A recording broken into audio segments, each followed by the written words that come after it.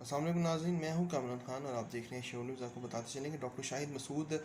जो कि सीनियर तजिया निगार हैं, उनका ये कहना है कि इमरान खान की टीम के कुछ लोगों ने विज़िट किया है तिल अबीब, जो कि दारुल हुकूमत है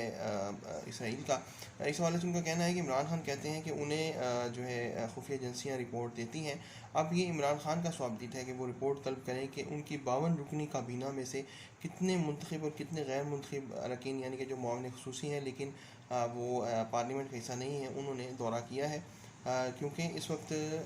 तिल अबीब यानी इसराइल में ये ख़बरें सामने आ रही हैं कि वहाँ कुछ पाकिस्तानी कैबिनेट के अरकान गए हैं। अब ये हुकूमत का स्वाबदीद है कि इसको कंफर्म करे, क्योंकि सऊदी अरब के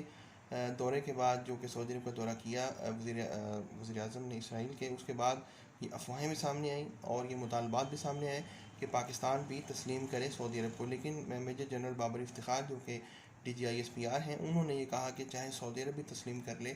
इसराइल को, मगर पाकिस्तान उसको तस्लीम नहीं कर सकता, क्योंकि हज़रत कायद आज़म मोहम्मद अली जिन्ना रहमतुल्लाह अलैह का जो सोच है, फ़िक्र है, नज़रिया है, उसके मुताबिक इसराइल एक गैर कानूनी रियासत है जिसको तस्लीम किया जाना कानून की खिलाफ वर्जी है।